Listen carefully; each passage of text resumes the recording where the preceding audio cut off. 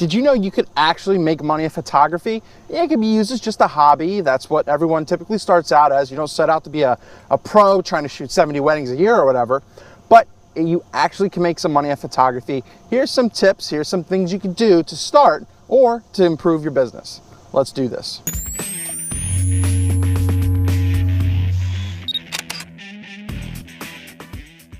Now, mind you, if I can work my ass off, like if I can work my butt off to do what I'm doing now and getting gigs and everything like that, you can too. Once again, I'm not shooting 70 weddings a year yet, but I'm doing things right now that I can make monetary gain on. And it's just something you could do. It's something you could put into practice right now.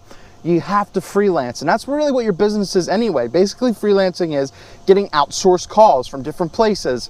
You're waiting on your next gig. That's just what happens. I always wait by my phone because I do video production as well for when, like, oh, we need a grip, we need a camera op. So be prepared to freelance. It might not be a steady income right away unless you start getting booked for years and years and years, which would be fantastic. So you're freelance, you're well versed on what you want to do, but what certain things you can get into. Yeah, there's the typical ones, but I'll cover in a couple anyway.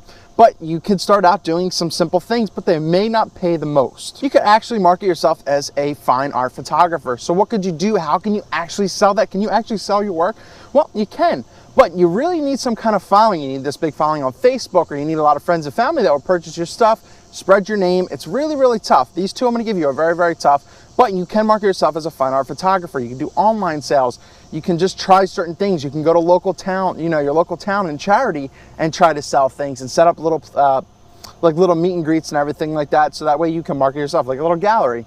So it's going to be tough, and you have to be unique to stand out to someone. This is really what anyone's work anyway. You have to be unique. You have to learn how to sell your stuff, and you got to be creative and be unusual. Try something different, be unique. That's all I got for that. You can get into stock photography.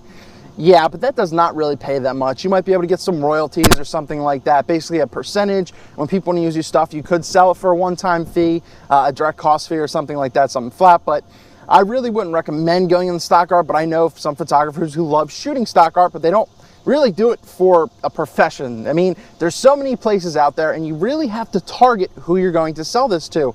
You can go to companies. It's a good idea. You can go to a company, say, listen, are you looking for any type of photos for your things? You can have copyright on them, etc. Maybe that you could become their stock photographer if they need you. Once again, this falls under freelancing because you're waiting on that next call, but you could be their stock art photographer. You can get their stuff, but once again, you really have to target your stuff. You have to make your portfolio geared towards whoever you're going for. So know that demographic, know your target audience.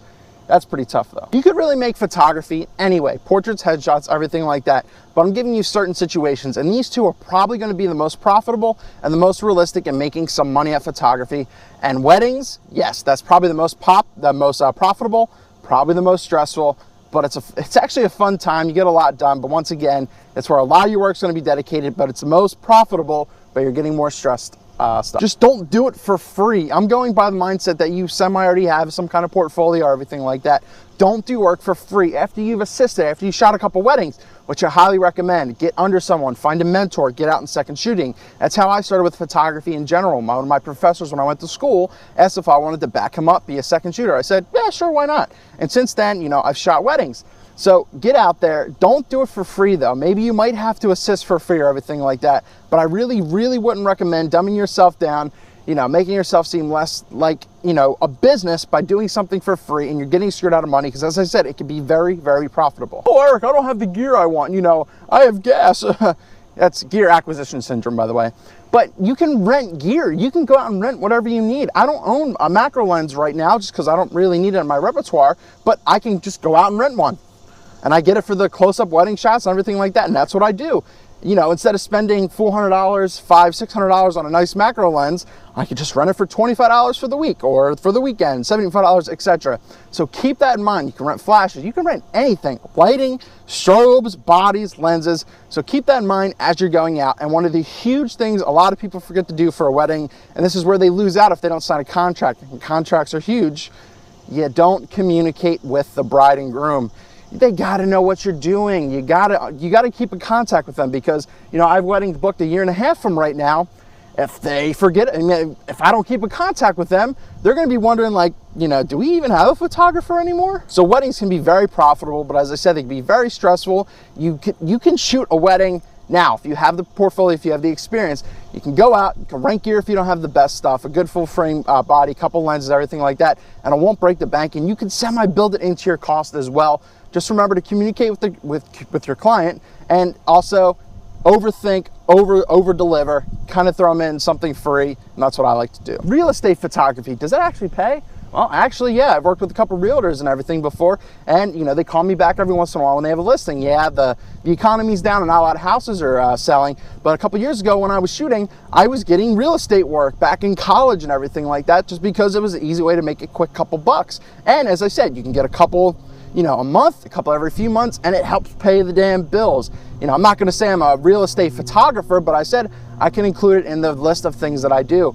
So yes, it actually makes money, and you could cold call a lot of these places, a lot of these realtors, these companies, and say, hey, I'm a photographer, and then, you know, go from there and see what they say. A lot of them take horrible, crappy point and shoot camera cell phone pictures, and I've heard this from realtors. They're like, wow, it's actually a breath of fresh air having you out here getting these nice shots, and guess what? The houses sell with good photos and good video. You can include that as well. That's another business venture. And you can sell your work as such. You can do a flat rate fee, and that's what I always do. You know, come in and say, hey, for $500, for $600, it might be a little less depending on the company you're going to and where you're located and the house. You know, I could do this. I could do this package for you. I could put this on the CD. I could set it up on your website or something like that. Or you could go another route. You can go the variable fee route, which means you do it based off of what the house is worth. So say if it's worth $125,000, you might charge A rate. If it's over $1 million, $2 million, you might charge a larger B rate. So you can go from there, you can do that, you can offer them packages, but once again, real estate photography does pay, and it's actually pretty common, but not a lot of people go out there and do it. So as I said, you gotta be well-versed in photography to actually make some money. You can target something, but if you wanna make money, I'd say, you know, broaden your horizon, shoot a lot of stuff, get really good at it, and you can make some money. That's all I got. Eric Rossi, the guy with the eye. There are some ways to make money in photography. Remember, stay flexible. Even if you have to shoot charity to get your name out there, mind you, it's not free. Just don't dumb yourself down. Don't kill your business quality by becoming that free photographer. That's all I got. Big thank you to Don Bauer. If you haven't checked out his stuff, which I know a lot of you may have, but some of you haven't, his link will be down below in the underbar. That's all I got. Let's make some money.